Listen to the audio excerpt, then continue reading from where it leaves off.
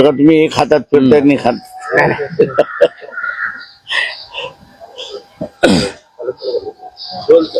भारतीय जनता पक्षातल्या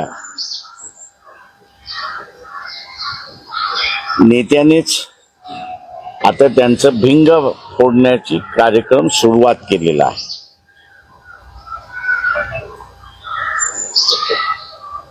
अर्थमंत्री सीतारामन यांचे पती प्रभाकरन, डॉक्टर प्रभाकरन हे एक चांगले इकॉनॉमिस्ट आहेत, ॲनालिस्ट आहेत आणि त्यांनी 2024 साली आंध्र प्रदेशच्या निवडणुकीच्या पॅटर्नचं त्यांनी ॲनालिसिस केलेलं आहे आणि त्यामध्ये त्यांनी असं म्हटलेलं आहे की इलेक्शन संपल्यानंतर 5% मतदान 4.95 असे त्यांचे फिगर्स आहेत. हे 11 ते 2च्या दरम्यान टाकण्यात आलेले आहे. त्यांचं हे विधान जे आहे ते अत्यंत गांभीर्यपूर्वक विधान आहे असं मी त्या ठिकाणी मानतो की एवढा भ्रष्टाचार करून आंध्र प्रदेशमध्ये त्यांनी असताना आपलं सरकार त्या ठिकाणी इस्टॅब्लिश केला अशी परिस्थिती आहे. चंद्रबाबू नायडूंना त्यांचा असताना फायदा झाला हा भाग आहे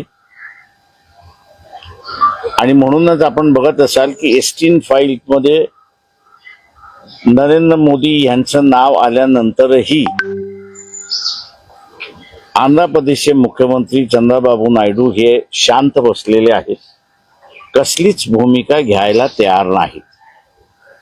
हा जो फ्रॉड आहे हा महाराष्ट्रामध्ये झालेल्या फ्रॉड सारखा आहे.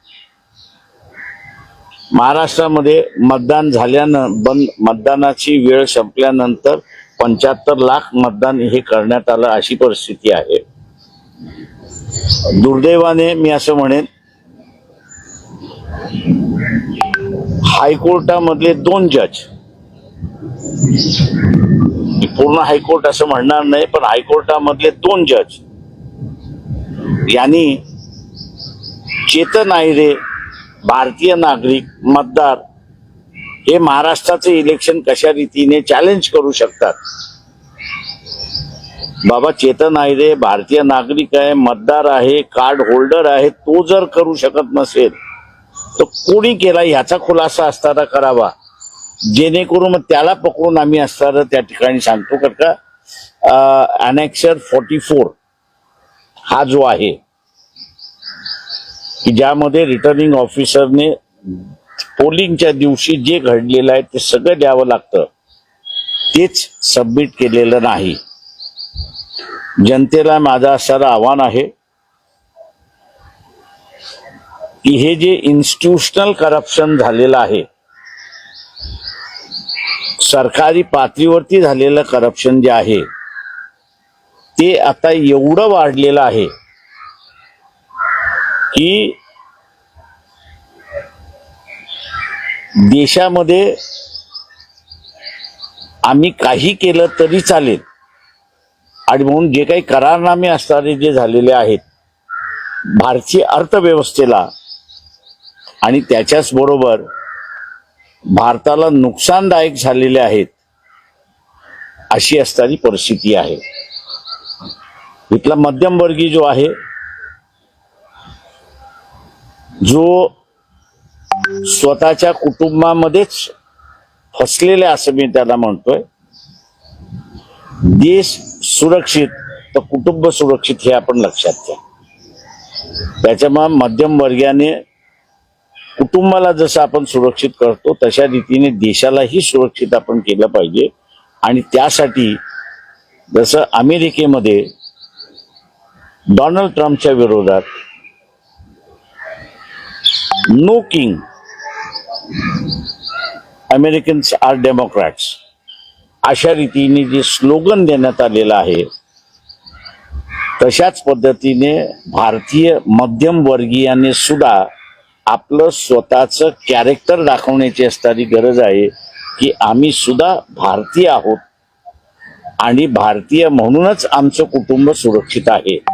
हे गैर धरून मध्यमवर्गीय इथल्या रस्त्यावरती उतरेल आणि आपला रोष व्यक्त करेल असं मी त्या ठिकाणी मानतो. आपण आता विचार. सर, म्हणजे 2024चा जो मॅन्डेट होता तो इलिगल आहे, अनकॉन्स्टिट्युशनल आहे, फॅब्रिकेटेड आहे. आणि आम्ही राहुल गांधींना असं म्हणतोय की त्यांनी जे बोट चोरी झालेली आहे जे म्हटलेलं आहे, त्यांचं आंदोलन बरोबर आहे, मी नाही असं म्हणत नाही. परंतु जे काही मतदार कापल्या गेलेले आहेत किंवा ज्यांची नावं वगळल्या गेलेली आहेत, त्यांनी कुठल्या तरी एका प्रभागाचं जर एवढी नावं होती, एवढी नावं वगळण्यात आली आणि त्याच्यापैकी एवढी माणसं त्या ठिकाणी अस्तित्वात आहेत, हे जर दाखवून दिलं असतं तर त्यांच्या आंदोलनामध्ये वजन आलं असतं असं मी त्या ठिकाणी. आम्ही त्यांना असताना म्हणतोय की ही आकडेवारी आलेली आहे, ही आकडेवारी सिद्ध करायची असेल तर तुम्हाला कुठलं तरी प्लॅटफॉर्म लागतं आणि कोर्ट हे एकमेव प्लॅटफॉर्म आपल्या इथे आहे की ज्याच्या मार्फत हे तुम्हाला आकडेवारी त्या ठिकाणी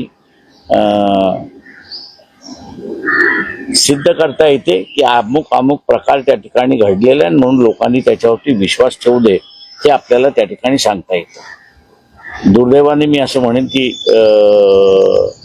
राहुल गांधी किंवा मल्लिकार्जुन खरगे या दोघांनी अजून असं या बाबतीत गांभीर्याने विचार केलेला नाही. त्यांनी गांभीर्याने विचार करावा अशी असणारी परिस्थिती आहे असं मी त्या ठिकाणी मानतो. या प्रेस कॉन्फरन्समध्ये प्रियदर्शी तेलंग हे केंद्रीय समितीचे असणारे सदस्य आहेत, जनरल सेक्रेटरी आहेत, तर त्याच्याच बरोबर या ठिकाणी तायडे पुणे शहराचे अध्यक्ष आहेत. आपण आता विचार. सर, आपण काही कायदेशीर लढाई लढणार आहात या संदर्भात? निवडणूक आयोगाला पत्र वगैरे? ते आम्ही आता असणारं जे आहे, ज्या 2 जजेसनी पत्र दिलं म्हणजे निर्णय दिला आणि चेतन आयरे हे चॅलेंज कसं करू शकतात त्यालाच अनुसरून चेतन आयरे आता त्या दोन्ही जजेसना एक पत्र लिहिणार आहेत की मी भारतीय नागरिक आहे, मी मतदार आहे, मी जे काही मुद्दे उपस्थित केले होते ते मुद्दे सेक्शन 100 हा रिप्रेझेंटेशन ऑफ पीपल्स ऍक्ट आहे, त्या कायद्याच्या चौकटीत बसत नाही आणि तो कायद्याच्या चौकटीत बसत नसल्यामुळे रिट पिटिशनचे मला दुसरा मार्ग नाही. आपण असताना मी पेटिशनर होऊ शकत नाही आपण जे म्हटलेलं आहे, तेव्हा अशा व्यवस्थेमध्ये कोण पेटिशनर होऊ शकतो याचा असणारा खुलासा ते ऑनरेबल जज पुढे लॉर्डशिप पुढे मागणार आहेत. त्यांनी ते ड्राफ्ट केले, मला वाचायला दिलं होतं, अजून ते काही मी वाचलेलं नाही, पण त्याचा आशय मला त्यांनी सांगितला होता. कदाचित या 8-10 दिवसामध्ये त्यांचं हे पत्र दोन्ही लॉर्डशिप्सकडे जाईल अशी अपेक्षा आहे आणि अशा व्यवस्थेमध्ये इतर वकिलांना सुद्धा त्याच्यातला फायदा होईल. जर लॉर्डशिपनी असे पिटिशन्स कोण दाखल करू शकतं याचं जर त्यांनी मार्गदर्शन केलं तर मला वाटतं इतर वकिलांना सुद्धा त्याचा फायदा होईल असं मी त्या ठिकाणी मानतो. महाराष्ट्राच्या विधानसभेचा सुद्धा जो मॅन्डेट आला होता तो सुद्धा इलिगल असतो, पूर्णपणे इलिगल आहे. पण साहेब, आयोग या गोष्टी मानायला तयार नाही. सातत्याने आपण बघतो आयोग मानायला तयार नाहीत ही वस्तुस्थिती आहे, परंतु कोर्ट ज्याच्यामध्ये असं म्हटलेलं आहे की फ्री आणि फेअर इलेक्शन हा संविधानातला बेसिक फीचर आहे आणि ज्यावेळेस इलेक्शन कमिशनच स्वतःहून लिहून देतं की आमच्याकडे रिटर्निंग ऑफिसरचा प्रफॉर्मा जो आला पाहिजे होता तो आलेलाच नाही, त्यावेळेस कोर्टाने टेक्निकल मुद्दा बाजूला ठेवून इलेक्शन कमिशनला विचारलं पाहिजे की एक तर तुमच्याकडे माहिती नाही आणि माहिती नसताना आपण कसं म्हणताय की हे फ्री अँड फेअर इलेक्शन झालेलं आहे, कुठच्या आधारे म्हणताय? हा जर प्रश्न कोर्टाने इलेक्शन कमिशनला विचारला असता तर माझ्या अंदाज दूध का दूध आणि पाणी का पाणी त्या ठिकाणी झालं असतं. तर दुसरा एक विषय आहे, मुंबई मनपाच्या शाळांमध्ये सरी पेडणेकर यांनी मनाचे श्लोक जे आहेत ते अनिवार्य केलेले आहेत आणि त्यांचं म्हणणं आहे की बाबासाहेब आंबेडकर यांच्यावरील लहानपणी मनाच्या श्लोकांचा परिणाम होता. आता कोणाला काय पचवायचं असेल ते बाबासाहेब मिळालेले आहेत.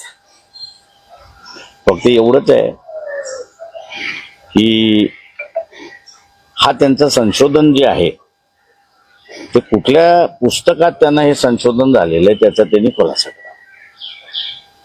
2 दिवसांपूर्वी देखील शरद पोंक्षांनी जे काही विधान केलं मनुस्मृतीबाबत त्यावरती आपली काय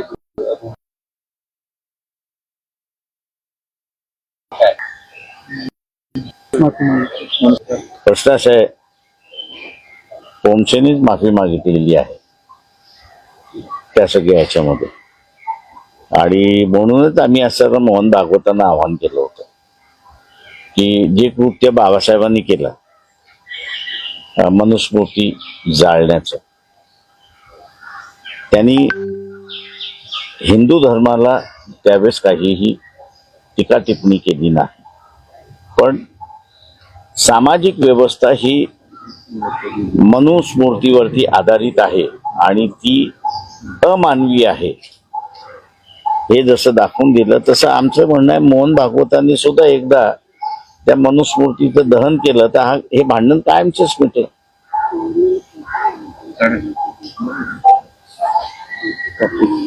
तर बारामती पोटनिवडणूक होते, काय तुमचं निवडणूक लढण्यासाठी नाही, आता माझं म्हणणं असं आहे की आमचा एकच इश्यू आता राहील की आमच्या हातामध्ये पोलीस मिळालेलं प्रभाकरांचं, त्यालाच आता उजागर करत बसू ते आणि स्टीम फाईल. न्यायालयीन प्रक्रिया खूप किचकट आहे, मात्र लोकांमध्ये याच्याविषयी जनजागृती होणं आवश्यक आहे. विरोधी पक्षाने तसा प्रयत्न केला मात्र लोकांत तो असंतोष दिसत नाही की ह्या निवडणुका झालेल्या आहेत आणि त्याच्यावरून हे सगळे सरकार रेटून येते. दे मी मगाशी जे म्हणालो तुम्हाला की राहुल गांधींनी एक प्रभाग SIR याच्या ह्याच्याखाली या प्रभागातले एवढी मतदान बाजूला काढलेलं आहे ते अस्तित्वात नाही म्हणून त्या कुटुंबाचाच फक्त एक मेळावा घेतला असता आणि त्या मेळाव्याला आपल्या सगळ्यांना जर बोलवलं असतं आणि आपल्या सगळ्यांसमोर ज्यांची नावं वगळलेली आहेत आधार कार्ड घेऊन, रॅशन कार्ड घेऊन किंवा कुठलेही आयडेंटिटी कार्ड घेऊन जर समोरासमोर दाखवलं असतं तर इलेक्शन कमिशन फ्रॉड कमी करतोय हे त्यांना सिद्ध करता आलं असतं.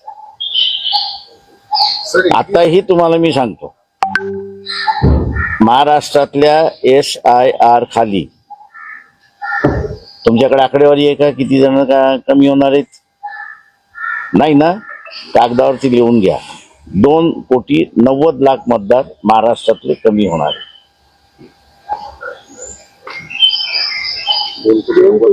2,90,00,000 त्याच्यापैकी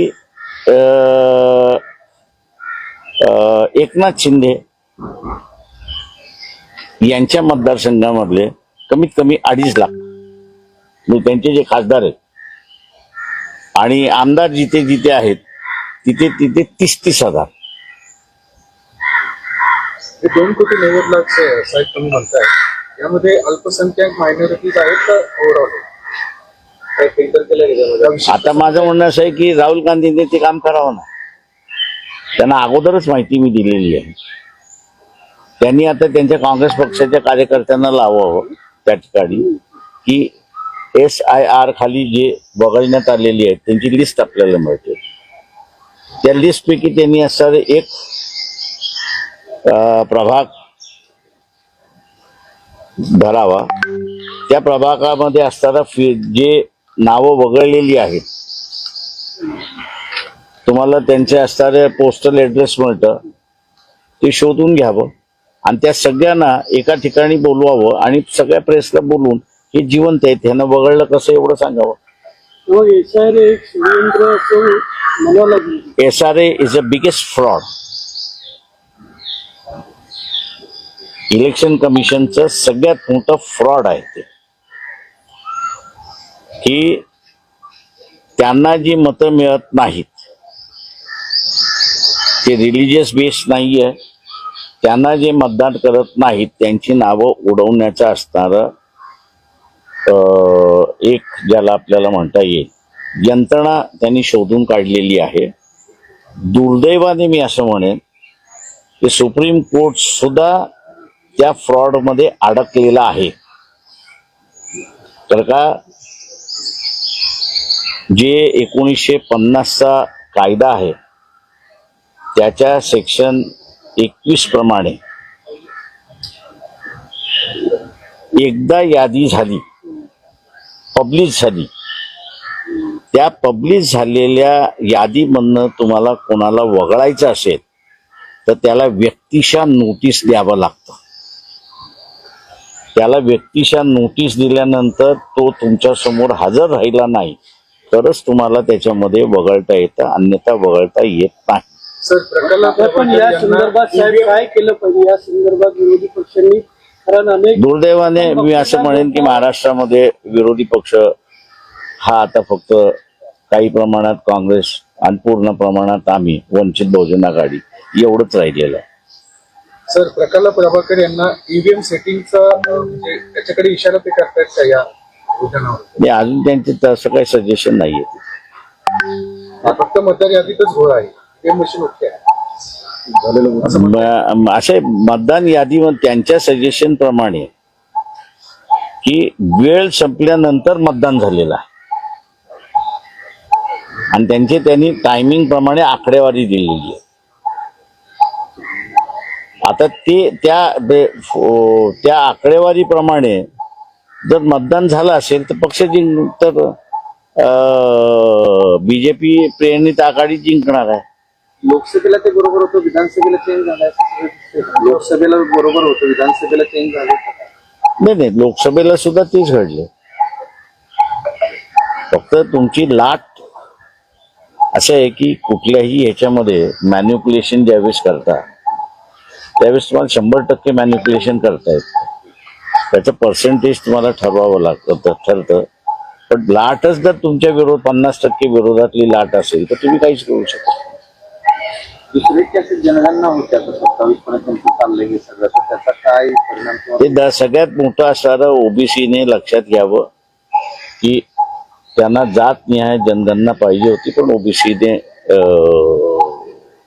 नाही. आता ओबीसी काय करणार ते बघितलं पाहिजे. सर अमित शहा म्हणतायत की देशातून नक्षलवादी जी चळवळ आहे ती पूर्णपणे संपलेली आहे, भारतात नक्षलमुक्त झालेलं आहे. तुमचं काय मत? अजून तेवढा नाही अभ्यास केला. सर बरेचसे नक्षलवादी शरण आलेले आहेत. गडचिरोलीमध्ये मोठा कार्यक्रम पण झाला. तर नक्षलवाद संपला असं त्यांचं विधान आहे. तुमचं काय मत? एक फक्त त्याचा मापदंड सांगतो आपल्याला. नक्षलवादाच्या संदर्भातला एक कायदा आलेला आहे. शासन म्हणत असेल की नक्षलवाद संपला असेल तो कायदा विड्रॉ करून टाकावा, रद्द झाला म्हणून सांगावा, म्हणजे मग लोक विश्वास ठेवतील. हे ट्रम्प सारखं बोलणं झालेलं आहे. थँक्यू.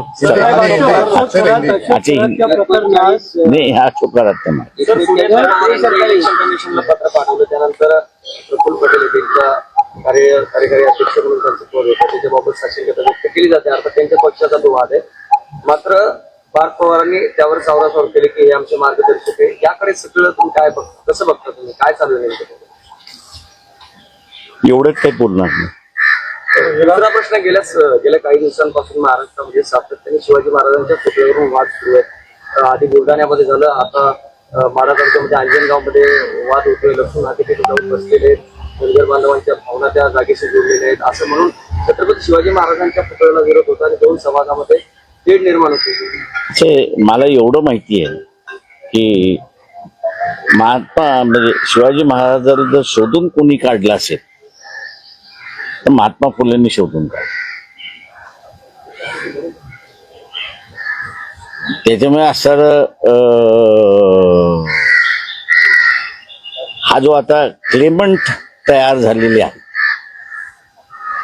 त्यांनी पहिल्यांदा स्वतःचं चारित्र्य बघावं एवढंच फक्त सांगितलं. थँक्यू. चला हिंदीमध्ये पाहिजे का?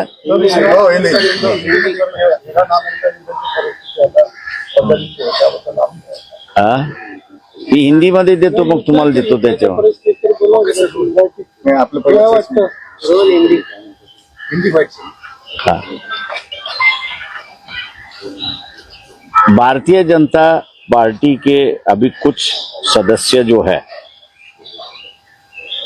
और खास करके